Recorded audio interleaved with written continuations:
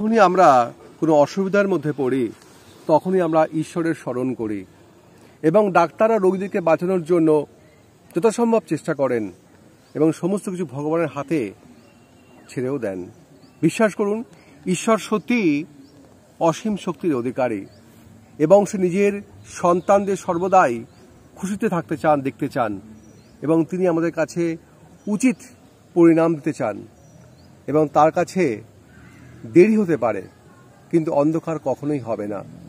শুধু সে আপনাদের কাছেই একাগ্রতা পরীক্ষা করুন এবং সে চায় শক্ত সমর্থ লোক, একাগ্রচিত্রের লোককে তিনি সহযোগিতা করবেন।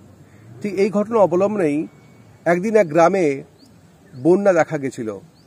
লোকেরা প্রাণ বাঁচানোর জন্য বাড়ির ছাদে সবাই উঠে পড়ে এবং একজন ব্যক্তি ছাদে উঠে শুধু ভগবানের কাছে স্মরণ করতে থাকে যে ভগবান, আমার জীবনকে আপনি বাঁচান। এবং তিনি ধর্মের প্রতি ছিলেন ভীষণভাবে আস্থাশীল ছিলেন। জল ধীরে ধীরে বৃদ্ধি পাচ্ছিল।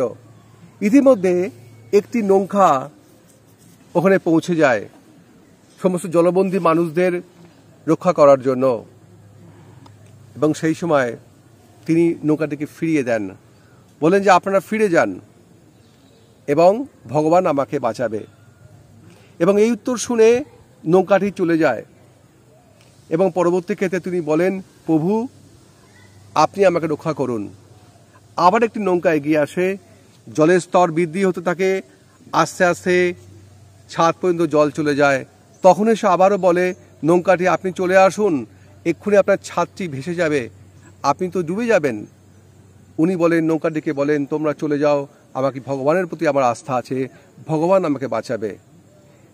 পরবর্তী ক্ষেত্রে ছাদটি জলমগ্ন হয়ে যায় এবং তখনও পর্যন্ত সেই দৃঢ় ধর্মপ্রাণ ব্যক্তিটি ভগবানের প্রতি বিশ্বাস করে আবারও বলতে থাকে, ভগবান আমাকে রক্ষা করুন।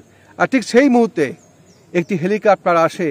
হেলিকপ্টার এসে একটি দড়ি বাড়িয়ে দেয় এবং বলে যে আপনি উঠে আসুন, আপনার জীবন বেঁচে যাবে। কিন্তু সেই লোকটিও সেই হেলিকপ্টারকে রিফিউজ করে।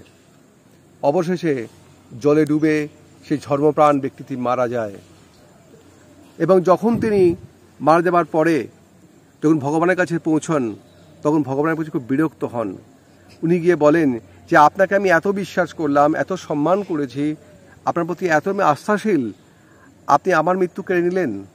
বলছে, ওরে মূর্খ, প্রথম যে নৌকাটা পাঠিয়েছিল সেই নৌকাটা আমি তোকে পাঠিয়েছিলাম, দ্বিতীয় যে নৌকাটা সেই নৌকাটা আমিই তোকে পাঠিয়েছিলাম, আর তৃতীয়বার যে হেলিকপ্টার পাঠালাম তোকে বাঁচানোর জন্য, এটা আমিই তোকে পাঠিয়েছিলাম।